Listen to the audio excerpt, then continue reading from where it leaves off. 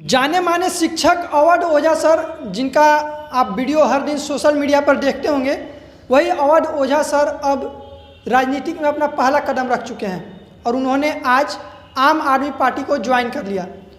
हम इनके बारे में बताएंगे कि क्यों अवध ओझा सर बीजेपी और कांग्रेस को ज्वाइन नहीं कर पाए और अवध ओझा सर अब कौन से विधानसभा सीट से चुनाव लड़ेंगे, ये हम आपको बताएंगे। लेकिन उससे पहले आप अवध ओझा सर के इस कदम को किस रूप में देखते हैं? आप अवध ओझा सर के आम आदमी पार्टी ज्वाइन करने पर आप इनको कितना नंबर देते हैं, ये कमेंट में लिखिए।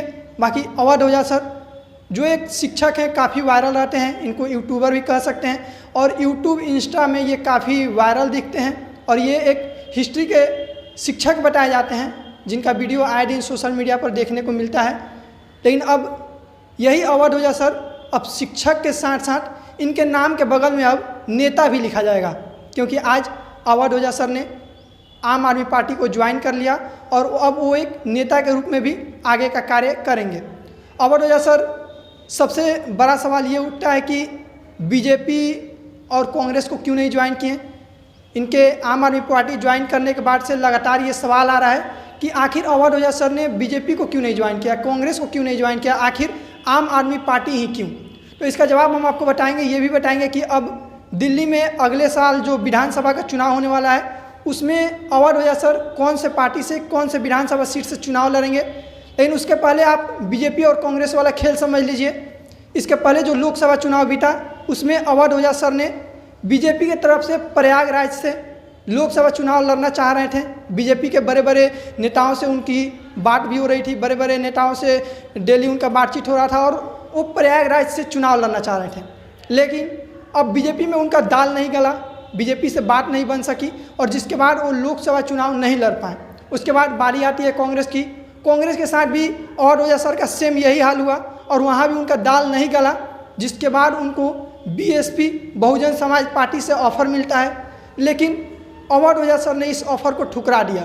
इसका वजह ये हो सकता है कि बीएसपी का कंडीशन अभी सही नहीं है, बीएसपी को उतने लोग चाहने वाले नहीं हैं, अभी उतना नाम नहीं है उसका, या जो भी वजह हो। लेकिन अवध ओझा सर ने उस ऑफ़र को ठुकरा दिया और उसके बाद काफ़ी समय लेने के बाद अब अवध ओझा सर आज अरविंद केजरीवाल, मनीष सिसोदिया के साथ एक प्रेस कॉन्फ्रेंस करते हैं। वहाँ पे अरविंद केजरीवाल के समक्ष उनको पार्टी ज्वाइन कराया जाता है। अरविंद केजरीवाल उनके गले में पार्टी का झंडा डालते हैं, टोपी पहनाते हैं और उसके बाद आज फाइनली अवध ओझा सर राजनीति में अपना पहला कदम रख दिए और आम आदमी पार्टी को ज्वाइन कर लिए।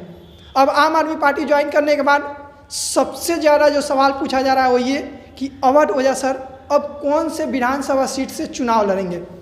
उसका जवाब ये है कि अब अवध ओझा सर को अगले साल जो दिल्ली में विधानसभा चुनाव होने वाला है, जनवरी और फरवरी के माह में ये चुनाव होगा, वहाँ पे क्योंकि अगर अवध ओझा सर इलेक्शन से पहले अगर पार्टी को ज्वाइन कर रहे हैं तो जाहिर सी बात है कि अब वो विधायक बनना चाह रहे हैं, क्योंकि उन्होंने सांसद के लड़ाई के लिए बीजेपी से टाल ठोका था, उनसे बात की थी, लेकिन वहाँ पे उनका दाल नहीं गल सका। तो अब सांसद बनने वाले अवध ओझा सर अब विधायक बनेंगे।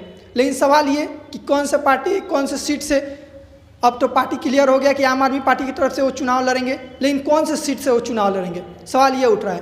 तो सूत्रों के हवाले से जो खबर आ रहा है उसमें ये कि अवध ओझा सर पटपरगंज विधानसभा से चुनाव लड़ेंगे, जहाँ से मनीष सिसोदिया इसके पहले चुनाव लड़े हैं। काफ़ी कांटे की टक्कर देखी गई थी वहाँ पे बीजेपी के जो प्रत्याशी थे, लेकिन वहाँ पे मनीष सिसोदिया ने जीत दर्ज की थी और उसके बाद मनीष सिसोदिया वहाँ के डिप्टी सीएम भी बने थे।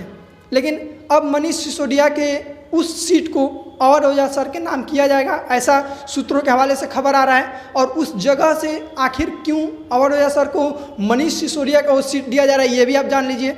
पटपरगंज में ये बताया जा रहा है कि सबसे ज़्यादा ब्राह्मण और गुर्जर वोट है और उसी हिसाब से जातिगत समीकरण को भेदते हुए आम आदमी पार्टी ने एक अच्छा अपना समझ लीजिए कि पासा फेंका है, चाल खेला है और वहाँ से अवध ओझा सर को चुनाव लड़ा सकती है। और वहाँ से चुनाव लड़ने पर वहाँ पे ज़्यादातर इसके पहले भी देखा गया है कि ब्राह्मण समुदाय के लोग विधायक बने हैं और उसी हिसाब से अवध ओझा सर की जाति भी ब्राह्मण है और उस लिहाज से अवध ओझा सर को पटपरगंज से चुनाव लड़ाया जा सकता है। और उसके बाद मनीष सिसोदिया का सीट चेंज करके उनको किसी और वहाँ से उनको चुनाव लड़ाया जा सकता है उस विधानसभा से, क्योंकि मनीष सिसोदिया का अब सीट चेंज किया जाएगा और मनीष सिसोदिया वाला सीट अब अवध ओझा सर को दिया जाएगा।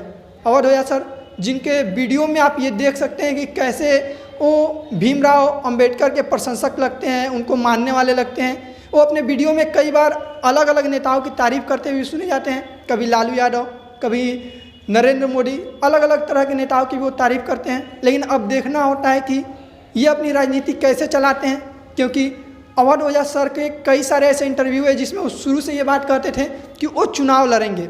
उन्होंने कई सारे इंटरव्यू में ये साफ कर दिया था कि उनको चुनाव तो लड़ना है और वो चुनाव लड़ेंगे। और तब से लोगों को इंतजार था कि आखिर अवध ओझा सर चुनाव कब लड़ेंगे, कौन से पार्टी से लड़ेंगे।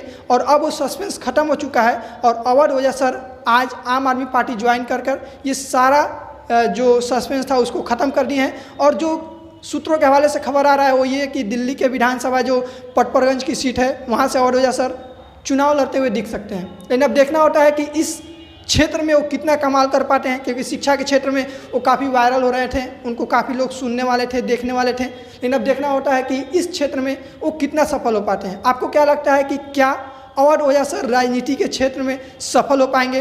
क्या शिक्षा में जैसे उनका नाम था वैसे राजनीति में ये सफल हो पाएंगे, या अवध ओझा सर का यहाँ से थोड़ा इमेज का ग्राफ जो है वो डाउन होता जाएगा? आप क्या सोचते हैं? आप अपनी प्रतिक्रिया कमेंट में जरूर लिखें।